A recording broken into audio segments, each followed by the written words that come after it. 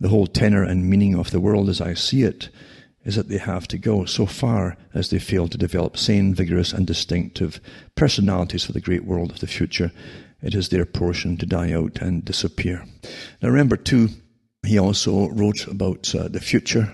This is part of the future, but not the same book. And in other books he talks about, he talks about too, they would use sea power again to waste your tax money to provide electricity, and which is happening against more stories in the paper this week you can find about that. And also, they would use more and more solar power and windmills and so on to create this. This is 100 odd years ago, just to show you're following the big plan. Interestingly, too, he talks about the creation of a world government before the League of Nations was up and running, because he was part of the group as a propagandist for the group who was behind it all. And he talked about the ability for bureaucrats in one nation to bypass their own elected governments and go straight to their brothers in another governmental country in a system and talk with them, get things done, just bypass the politics altogether. That was the whole point of it. Still is with the United Nations. Now, and you can imagine too who it would be if the UN had got all the things it wanted to go, get done, and they would we'd be living in this what I just read here right now. In fact, many people are so jaded with politics that they say, "What's wrong with that?" At least to get things done. But and it's so easy to fall in that trap, isn't it? You stop and wait a minute and think, wait a minute. And in that case, there's no representation for the public at all, even though what we have at the moment is a kind of a bit of a sham. At least it's something. But you won't even have the sham eventually. You'll just have a faceless bureaucrats and 1,000 million forms they fill in to get anything answered, and even then you'll never get any answer. That's the alternative.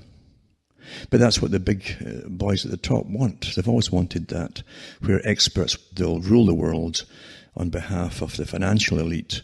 And we're pretty well there, actually, especially when they bring forth the supposed, we're told, the great philanthropists, and they're not even inventors. They simply own the new formats of cars and things that have to get pushed ahead.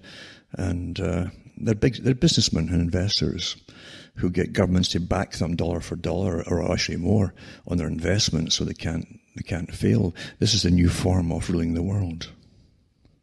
We don't vote them in. We don't vote in to use the equipment that's produced by their factories, but their government's rubber stamping it. Can you imagine the power when you can get the government to rubber stamp that every citizen must use your particular, whatever it happens to be? That's quite the power, isn't it? And folk don't even seem to notice that. But it's not new. It's the same thing with vaccines and various other things too. And in fact, the pharmacology would love to have the government mandate we all take pills. Eventually that will come with SOMA. And it's coming anyway initially with medical marijuana. Because now it's a time to keep folk tranquil as to go through the massive changes into the next part of the new system. Now we've touched on before the system of social approval and disapproval. I've been given lots of talks in the past about these techniques dreamed up by the social engineers and behaviorism, and neuroscience, of course, is all on board with it. Everybody's on board with it to do with managing your mind. But behaviorism is a big technique now of managing all citizens without their even knowing that they're being manipulated. Everyone wants to get along with everyone else. We all have that image of ourselves. We want to be liked by other people. It's really drummed into today in school, social approval and disapproval, groupthink, going along with the group. Don't be the oddball that's got a different opinion. Today is taboo in this day and age. And it continues, this training continues throughout your life. We've had the recent admissions by social media of censoring people who have different or taboo topics or opinions or whatever, anything that's politically incorrect at the moment.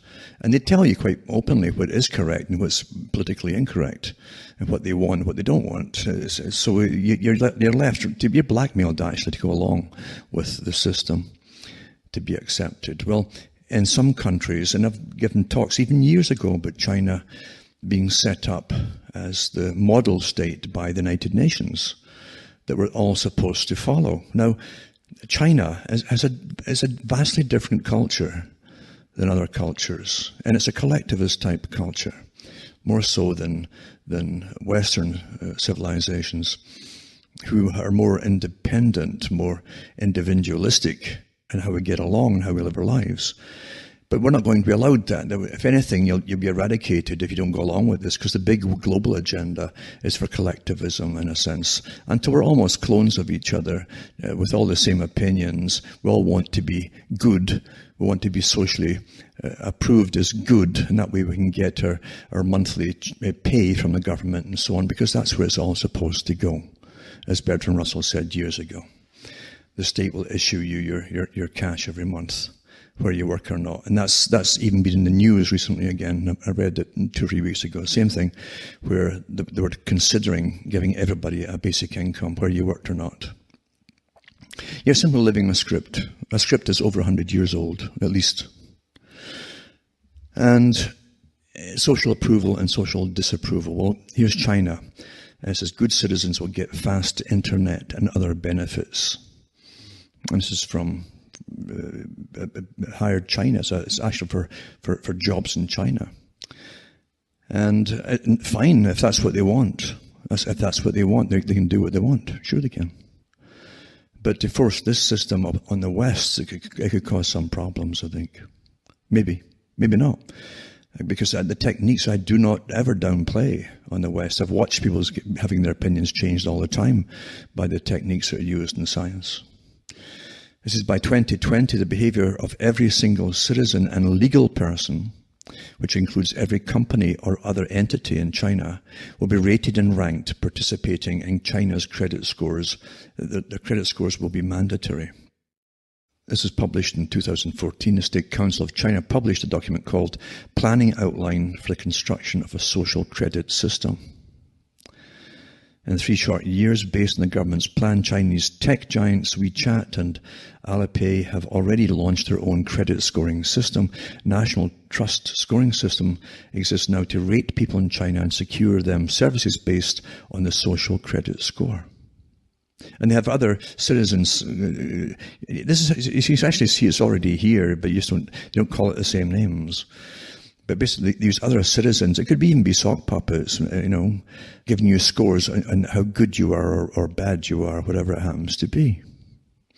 A national database will merge a wide variety of information on everyone, assessing whether taxes and traffic tickets have been paid, whether academic degrees have been rightly earned, etc.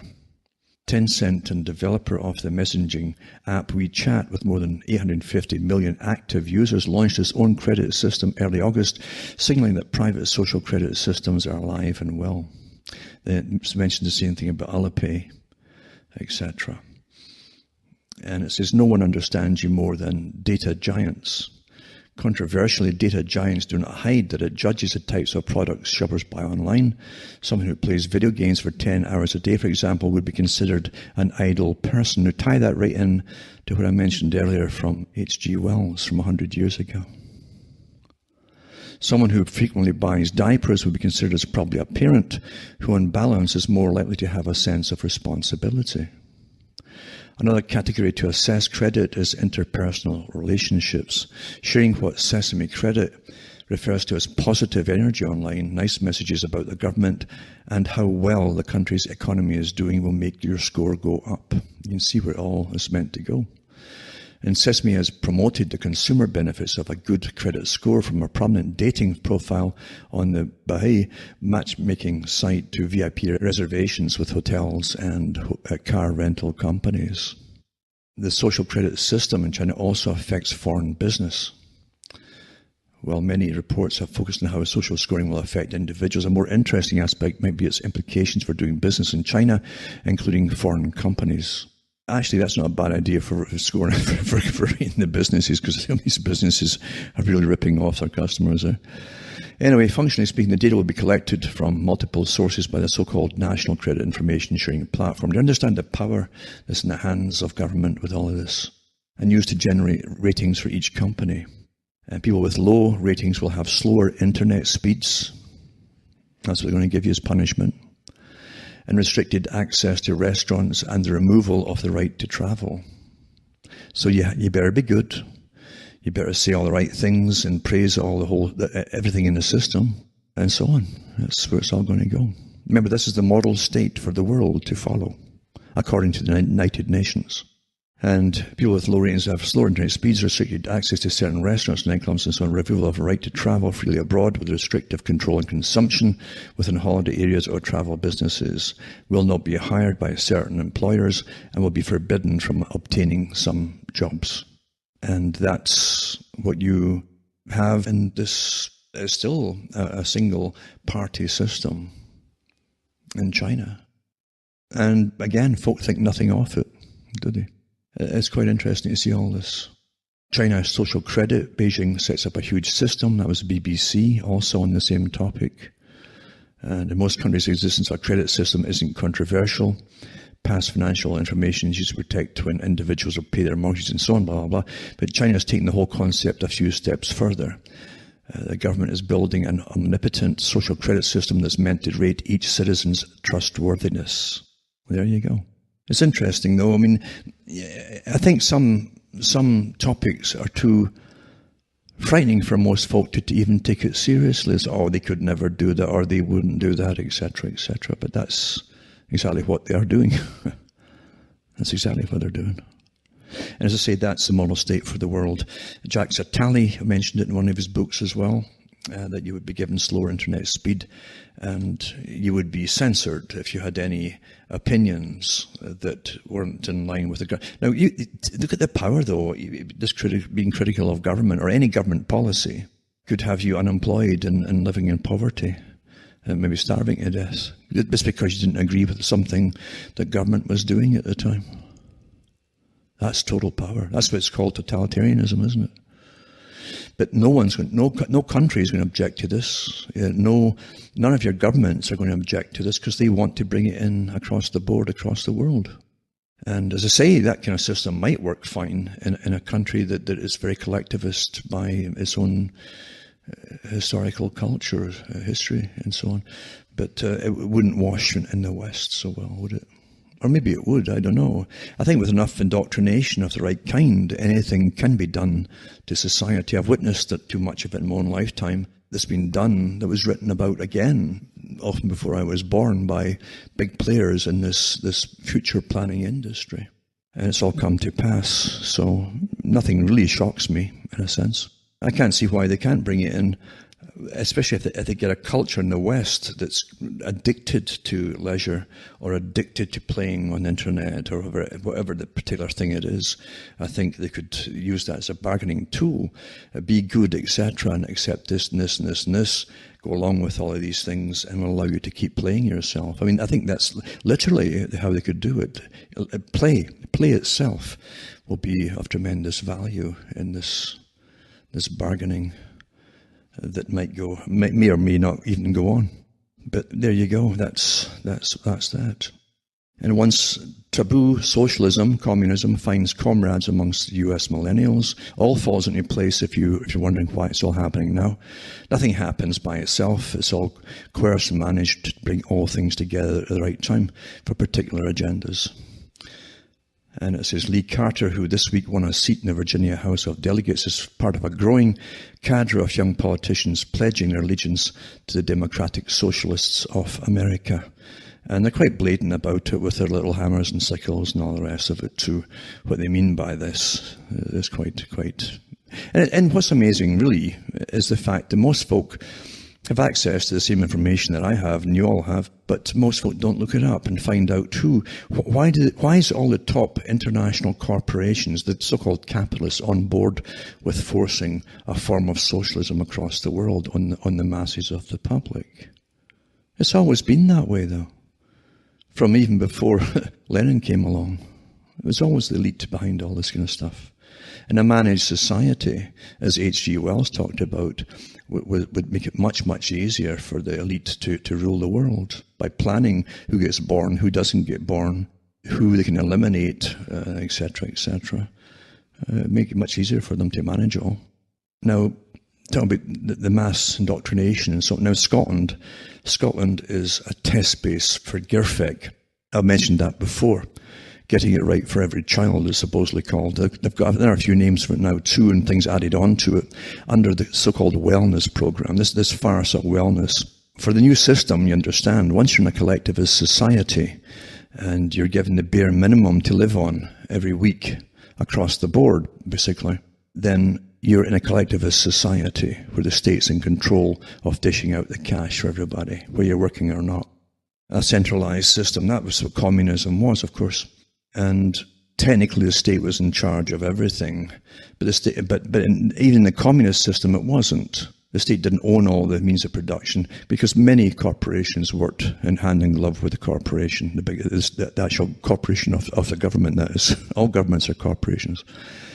And so it was a bit of a farce. And plus they did have private banking systems over there too for the elite that ruled the Soviet system. It had the little caveat that it was allowed if you did make profits off the back of labourers. Not kidding you. Well, I can imagine how lawyers would run rings around that, and they certainly did. But anyway, Scotland is a test bed for all of this stuff. It's got wellness. Now, what a wellness?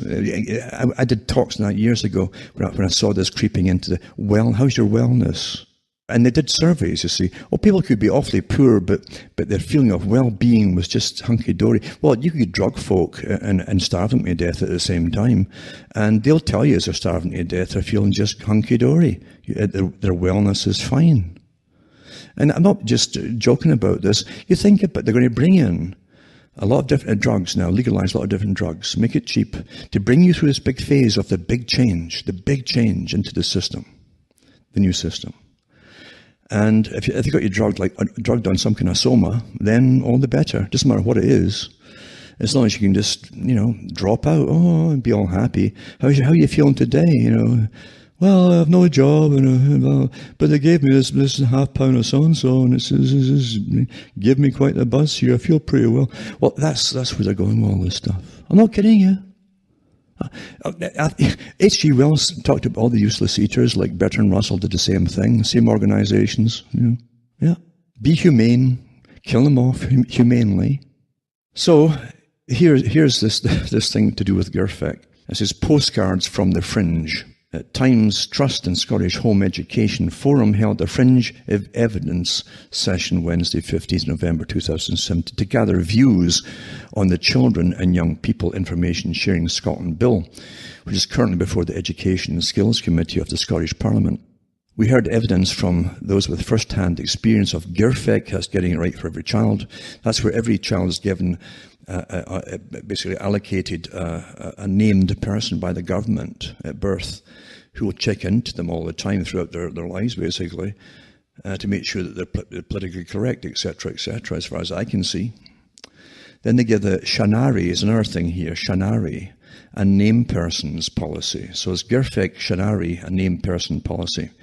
The parents and families on the receiving end of practitioners' well-being subjectivity. You can tell you're in a socialist country with all these terms.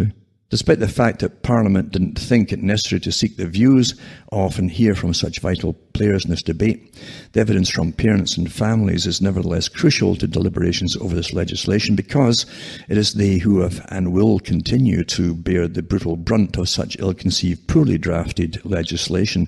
The legislation is totalitarian in its whole concept. What we heard further highlighted the appalling experiences of families under this much-hated scheme, with families making it clear they do not want this legislation in any form. They want it scrapped in totality. Parents and families were keen to start a petition calling for a public inquiry on the whole debacle, and if Parliament will not do this, families want an independent citizens' inquiry in order to get at the truth.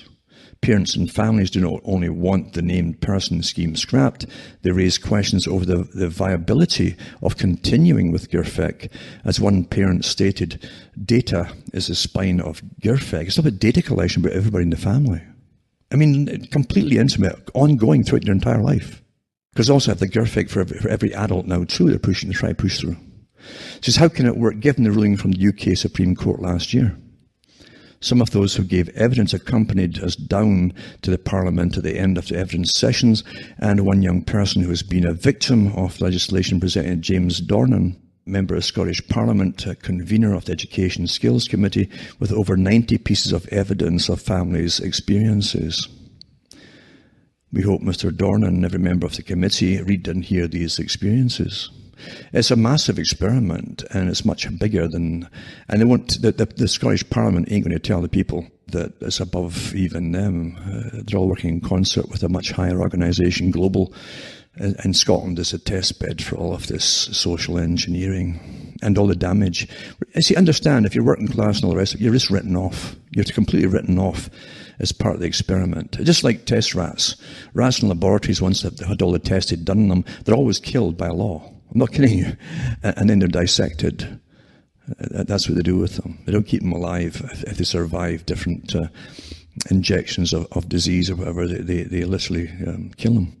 And with all this incredible meddling in people's brains and their minds and in their family life and their personal everyday living, they don't give a darn the damage it causes to people. They really don't.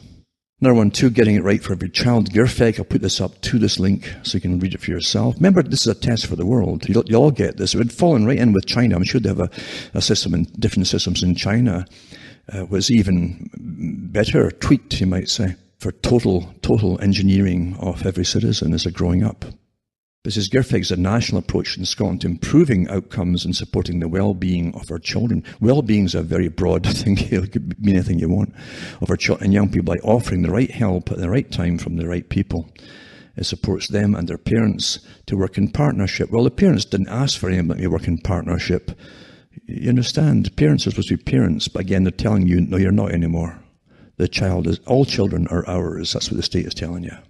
That's what Bertrand Russell said. He said, we used to think, we, meaning the Socialist International, he was a lord, remember, part of the right-wing group at the top, who ran the left wing.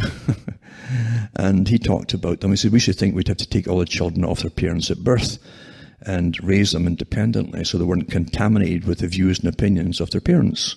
He says, but now we realise that by the right indoctrination, if we get the children young enough, even in the kindergarten phase, we can so indoctrinate them scientifically that any parental input will be null and void. It will be of no consequence. It'll be so perfect, you see. Here you are. It's all here. It's all here, folks. So it's quite an article. I'll put these up for you to read. And then you've got from the government too, another one too on the same topic from the government. But this one here is a brief introduction to Girfeg, Shanari, and My World. Girfeg. They're all well-being indicators necessary for a child, young person to reach their potential, blah, blah, blah, blah, blah. And the My World Triangle is a pictorial representation of assessment tool used with individual children to determine which of their needs are being met. Now, who decides what their needs are? Well, the state will, of course. And it's also with emotional and everything else needs, including if they want to change anything, they can do that as well. And one thought on a brief introduction to Girfeg, Shanari, and My World too. It's got links going into the government, etc., etc. Quite amazing, eh? All this stuff that we'd read our whole life, well, I read them our whole lives, and you're living through the phase of it all being implemented. It's quite amazing, isn't it? And so blatantly too. If you'd mentioned that again 40 years ago, folk would laugh at all that. They could never do that. Their parents would never let it happen. Well, look at it today. Russell too said back in the 50s, he says, we're training a generation to only listen to experts, and they won't be able to do anything by themselves unless an expert tells them how, including changing. He said it, the nappy at the time was Britain, it was called a nappy, it's a diaper, on their own children, which at that time was seemed ludicrous because everybody knew how to do that. But now they don't. They've been trained never to believe their own instincts and abilities. You must get an opinion of the television as some expert brought on how to do this or that, or simple things. So there you go. It's all there, isn't it? It's all there. And then again, too, television was awfully successful in separating the parents from the children, even the men from the women. I mean, everybody for a long time had their own TV set in their own different rooms. Quite some of the way it's been worked out very efficiently. Now, I've mentioned too that for the last few years, it was like a switch had been pulled on all the press, and suddenly you're not getting real news anymore. It's all nonsense and junk and basically baseless stories when you look into things. That's the new normal for us all across the board. I went into the Levinson inquiry in Britain, and the one they had in Australia too, and across other British Commonwealth countries. And all these things went into force at the same time. And this article was from 2013, and it's about, the push to control all the press. Because Harman warns of full-on laws to control press if papers do not sign up to Royal Charter. And it says the Culture Secretary Maria Miller told members of Parliament that papers cannot be forced to sign. Then it threatens them all if they don't go along with it and sign on to this new watchdog of watching what they say and so on and so on. See, that's how it all started, with the inquiries in Britain and London. And they talk about the Culture Secretary. I've mentioned before, everybody's got a Culture Secretary and a Culture Department and so on. It's quite interesting, isn't it? As they change their culture, they still have a Culture Department, which is there to make sure that you're adapting to the new changes in culture. Quite amazing, eh? And they're going to police it and fine people and force folk out that won't go along with it. Also, in the US, they've just struck down a bill, some old law that's been working up to the present time, to stop monopolies, real bigger monopolies of media concentration. Now they're allowing them to basically have corporations that own maybe a half or more of all of your media and outlets too.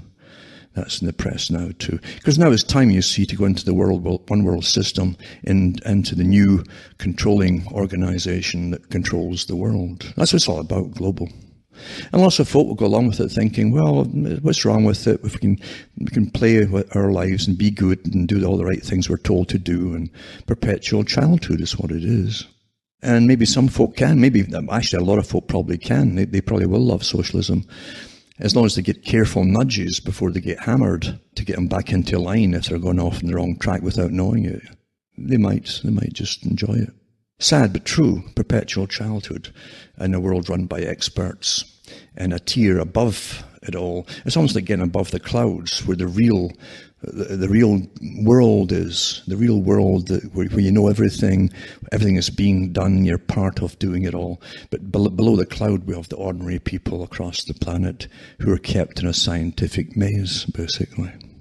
That's sad, isn't it? But that's the way it really is. For me, it's always been evident that they use galvanizing techniques to force us into the next system, and the next system has to be done in such a way, in a crisis situation, you might say, to get us into it. Thinking we're just, actually, we must always be taught that they're helping us as we get plundered. Because the next step is to bring in, as I say, the governmental minimum pay thing across the board, whether you're working or not. In a service economy, they know that we're going down the tubes. It's meant to go down the tubes. They knew that before they brought it in. And you could do books and books and books on that alone. It's just too easy. But anyway, the European Central Bank wants to end deposit protection, I've talked about this before, and offer savers appropriate amount of their own money. This is from the Central Bank. The World Bank's in on it too, and IMF and all the rest of it. Anyway, covered deposits no longer need to be protected, according to the European Central Bank, which was proposed this month to stop withdrawals when a bank is on the verge of failing. Covered deposits and claims under investor compensation schemes should be replaced by limited discretionary exemptions to be granted by the competent authority. I like that part, the competent authority, which is themselves, in order to retain a degree of flexibility to the bank's proposal. And so the current €100,000 deposit level currently protected in the event of a bail-in would no longer be available.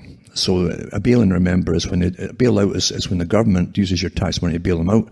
A bail-in is when they grab your savings. But supposedly you were insured up to €100,000. So during a transitional period, depositors should have access to an appropriate amount of their covered deposits to cover the cost of living. That's if there's a crash, within 5 working days of a request. So you have to put a request in to get money out if their bank crashes.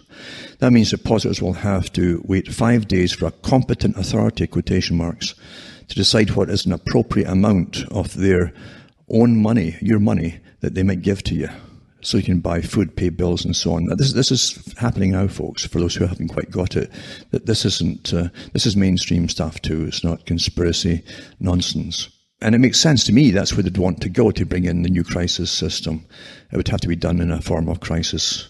And we're producing nothing. We're a service economy, and we can only paddle for so long. But I'll put these links up for those who care to paddle through it. So don't let it get you down, by the way, because let's be honest, I think we've always been run by crisis, and whole generations that were run in the past with their own forms, not quite as efficient, of social engineering and, you might say, diversions off the mind. But today we're into an awfully good, all-encompassing form of it for sure. Anyway, from myself, Alan Watt from Ontario, Canada, it's good night to me, your God or your gods go with you.